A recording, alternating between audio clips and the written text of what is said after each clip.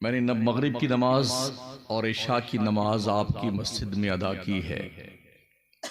मेरे ख्याल से एक सफ में कोई 14 या 15 आदमी आते होंगे। पता ये चला कि इस गांव में तकरीबन 60 से 70 घर मुसलमानों के हैं। मगरिब में तो एक सफ थी, यानी 15 लोग थे मुझ समेत, और इशा में एक सफ बड़ों की थी और एक सफ बच्चों की थी। ये कुल मताए जिंदगी आपकी रही है। इसलिए किसी चीज को, किसी जगह को, किसी गांव को जांचने और परखने के लिए एक दो वक्त की नमाज ही काफी होती है। ये पता लगाने के लिए कि यहाँ के लोग कितने जागरूक हैं, कितने बेदार हैं। ये टोपी, कुर्ता पजामा, दाढ़ी और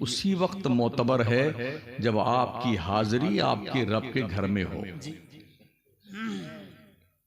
एक मुसलमान और गैर मुसलमान के बीच फर्क नमाज का है। अगर आप नमाज नहीं पढ़ते हैं तो आपसे बड़ी टोपी कभी कभी मोदी जी लगा लेते हैं, कभी कभी पगड़ी भी बांध लेते हैं, कुर्ता बड़ा लंबा खींच के पहनते हमारे प्रधानमंत्री साहब।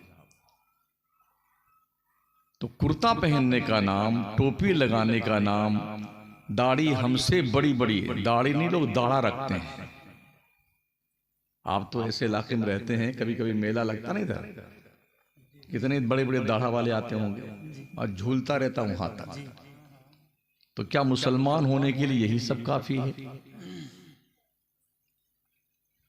मरना तो सबको है एक दिन, और ये भी डेफिनेट है, कोई किसी की कब्र में नहीं जाता, अकेले ही जाना है।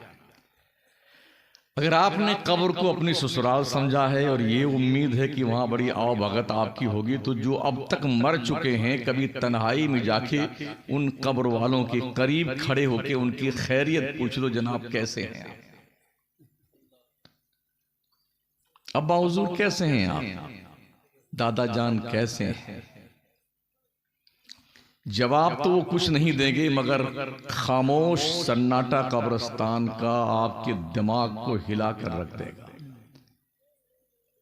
वो मिट्टी इंसान के बॉडी को डिकम्पोज कर देती है, हड्डियां तक खा जाती है।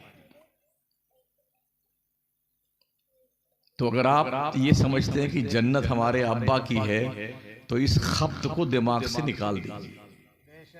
समझ रहे हैं? जन्नत किसी के बाप की नहीं है, रसूल पाक की है। जिसके लिए वो इशारा फरमाएंगे वही जन्नत में जाएगा। ये दुनिया की जिंदगी तो कट जाएगी यार, कितने दिन की जिंदगी।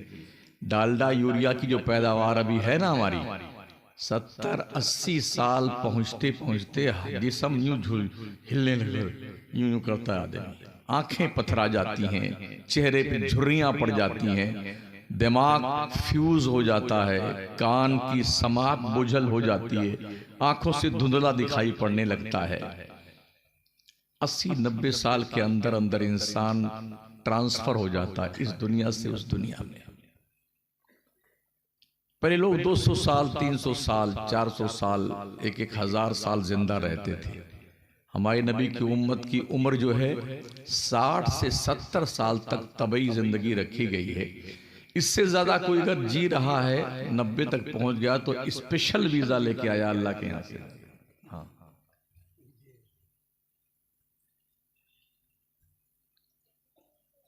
तो ये बात जहन नशीन रहे, अल्लाह ने हमें पैदा किया है तो पैदा करने वाले का कुछ ना कुछ हक बनता है।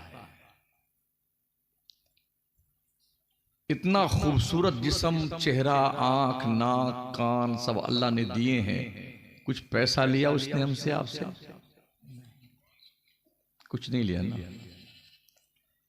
डॉक्टर फ्री ऑफ चार्ज जो टेबलेट होता है ना, वो भी पैसा लेके भेज लेता है।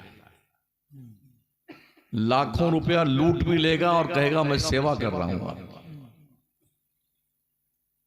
ये आंख कितनी कीमती हमारी और आपकी है। एक लेंस बिठाने के लिए 50,000 रुपए ऐंठ लेते हैं डॉक्टर, और अल्लाह ने इतनी खूबसूरत आंखें दी हैं, कुछ लिया नहीं हमसे, हाथ पैर सलामत है, कुछ नहीं लिया। दिल, गुर्दा, आंतड़ी, पचौनी, कलेजी, लंग्स, फेफड़े, तिल्ली, नसें, ब्रेन, ये सब अल्लाह ने फ्री ऑफ चार्ज दिए। इतना खूबसूरत चेहरा दिया है। लक़द खलक़नल इंसान फी अहसन तक़वीम, ओ इंसान हमने तुझे सारी कौमों से ज्यादा खूबसूरत पैदा किया है। वलक़द कररमना बनी आदम, ओ आदम की औलादो हमने तुझे बुजुर्गी का ताज पहनाया है। ये स्पेशली मकाम अल्लाह ने इंसान को दिया है। मैं आपसे पूछूं दुनिया में सबसे ज्यादा ताकतवर कौन है? इंसानों में, जिन्नातों में, चरिंदों परिंदों में, चौपाए में, तो आप कहेंगे सबसे ज्यादा ताकतवर शेर होता है, सबसे तगड़ा हाथी होता है। ये कहेंगे ना, शेर सबको फाड़ के खा जाता है, मगर ऐसा नहीं है। सबसे ज्यादा ताकतवर इंसान है। क्या आपने नहीं देखा? शेर को भी गले में रस्सी डाल के सर्कस में इंसान नचाता है। शेरे बबर को नकेल डाल करके रास्ता में लेके घूमता है। हाथी के सर पे बैठ करके और यूं बर्छे लेकर के जिधर चाहता उसे घुमा लेता है। जबकि एक पूंछ अगर मार देना तो हम जैसे, आप जैसे तगड़े लोग ना, उन्हीं ढेर हो जाए। तो ताकतवर कौन है? इंसान ताकतवर है। और सबसे बड़ा करम अल्लाह का, उसने हमें दिमाग दिया है, अकल दी है, दिल दिया है डिसीजन लेने के लिए, सोर्स ऑफ नॉलेज, ज्ञान के स्रोत अता फरमाए। हम किसी चीज को कैसे जानते हैं? बासरा, सामिया, शामा, जायका, लामसा, ये हवा से खमसा है। किसी चीज को देखते हैं तो हम जानते हैं फलां चीज है। किसी चीज को चखते हैं तो लगता यार खट्टी है कि मीठी है कि कड़वा है। किसी चीज को सुनते हैं तो पता चलता यार क्या बेहतरीन आवाज थी, अभी नाथ खां साहब नाथ पढ़, क्या मजा आ गया था। तो बांसुरी की आवाज है कि ढोलक की आवाज है, बुलबुल की आवाज है या गिद्ध की आवाज है, कान से सुनते तब जानते हैं। किसी चीज को सूंघते हैं तो पता चलता है ये जन्नतुल फिरदौस की खुशबू है, ये बेला है, ये चमेली है, ये जूही है या गेंदा है। और किसी चीज को छूते हैं तब पता चलता है कि ठंडा है कि गर्म है। मगर किसी चीज को देख करके हम जान नहीं सकते हैं। हवा से खमसा होने के बाद भी इससे ज्यादा सुपीरियर चीज जो अल्लाह ने दी है वो दिमाग। बच्चों, अल्लाह ने दिमाग दिया है। आंख किसी चीज को देखती है ना, देखते ही वो फौरन अप्लाई करती है दिमाग को कि मैंने क्या देखा। दिमाग फौरन रिप्लाई देता है कि तुमने काला देखा कि पीला देखा। ये प्रक्रिया इतनी फास्ट होती है, इतनी तेज सर्विस होती है, इधर देखा इधर जान लिया। ऐसे ही किसी चीज को हम सुनकर नहीं जान पाते हैं। कान सुनता है और कान दिमाग को अप्लाई करता। मैंने क्या सुना है, गधे की आवाज सुनी या कि बुलबुल की? दिमाग डिसीजन देता है। ऐसे ही किसी सूंघते हैं तो हमारा सूंघने का जो अल्लाह ने उसकी जो क्षमता रखी है, शामा की कुव्वत, ये दिमाग को अप्लाई करती है। हमने क्या सूंघा है, दिमाग फैसला करता है। छू करके हम जानते हैं, दिमाग फैसला देता है। चख करके हम जानते हैं, दिमाग फैसला देता है। इतनी कीमती चीज जो अल्लाह ने हमें और आपको अता फरमाई, कुछ लिया उसने? जुकाम, बुखार, सर्दी तक की दवा फ्री नहीं मिलती है दुनिया में, और अल्लाह ने ये सब कुछ दिया। कुछ लिया आपसे? इस पर भी करम देखिए उसका कि दिमाग को 365 नसों से बांधा हुआ है। दिमाग की सारी रगें हमारे गर्दन के पीछे से रीढ़ से होते हुए पंजों तक पहुंचती हैं। बड़ा सिस्टमैटिक निजाम है ये। किसी आदमी के जिस्म में खून कितना होना चाहिए उतना खून अल्लाह ने रखा है। प्लाज्मा कितना होना चाहिए वो लिमिट रखी है। शुगर का लेवल कितना होना चाहिए अल्लाह ने उतना ही रखा है। बीपी कितना होना चाहिए अल्लाह ने उतना ही रखा है। फैट कितना होना चाहिए अल्लाह ने उतना दिया है। और ओमेगा कितना होना चाहिए हमारे जिस्म में अल्लाह ने उतना दिया है। कोलेस्ट्रॉल कितना होना चाहिए अल्लाह ने सब लिमिटेड रखा हुआ है, फ्री ऑफ चार्ज। इसमें से कुछ भी ऊपर नीचे होता है ना तो लाइन पे लग जाइए डॉक्टर के। आपको जिंदगी भर बीपी की गोली खाना है साहब, आपको जिंदगी भर शुगर की दवा खाना है, लाइन में लगे रहिए। पैसा भी दीजिए, जिस्म भी गलाइए। अल्लाह ने ये सब कुछ दिया है, इस पर कुछ मांगा उसने आपसे? हमसे 5 वक्त की नमाज पढ़ना नहीं आता है। हम कितने बेशरम आदमी हैं। अल्लाह का रिज़्क 3 मर्तबा खाते हैं, ठूस ठूस करके हलक के ऊपर तक। सुबह भी खाएंगे, दोपहर में खाएंगे, शाम को भी खाएंगे, तोंद पे हाथ फेर के टहलते रहेंगे पचाने के लिए, और दिन भर खाते रहते हैं बकरियों की तरह। पान, पूरी, बीड़ी, सिगरेट, चाय, समोसा, काजू कतली, गुलाब जामुन, बर्फी, जी दाल मोट, सब चलते ही रहता है हरदम। अरे भाई साहब ये डाइजेस्टिव सिस्टम इसका कुछ निजाम है यार। खाए जा रहे हो। अल्लाह ने ये सब दिया है, उसने कुछ लिया नहीं आपसे।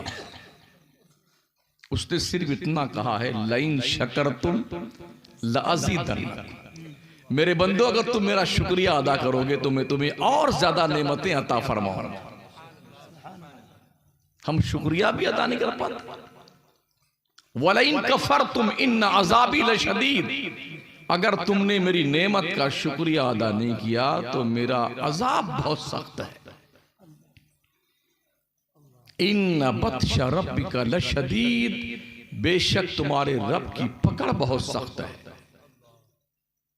दुनिया में कोई पकड़ता है ना तो नेता छुड़ा लाता है।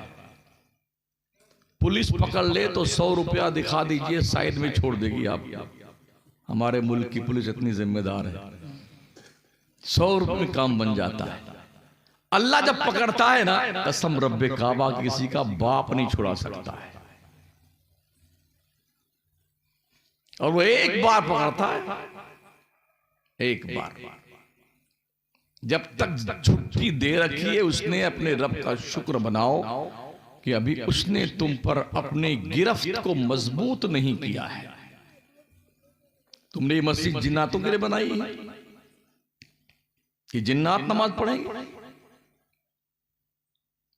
खुदा की जमीन पर और आसमान के नीचे रहने वालों, उस मुसलमान को हक नहीं बनता इस जमीन पर रहने का जो अल्लाह की नमाज नहीं पढ़ता है।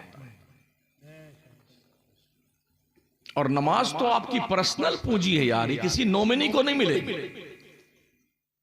बिल्डिंग, जायदाद, दुकान, मकान, 4 व्हीलर, 2 व्हीलर, 3 व्हीलर, सोना चांदी, हीरे जवाहरात, खेत बाड़ी, भैंस गोरू, कुत्ता बिल्ली, जैसे मरे ना, अभी मरे नहीं है, सांसें उखड़ रही हैं कि जेब से चाबियां छीनी जा रही होती हैं, माँ के पाजेब उतारे जा रहे होते हैं, झुमके निकाले जा रहे, अभी मरे नहीं है, जिंदा है, सब छीन लेते हैं।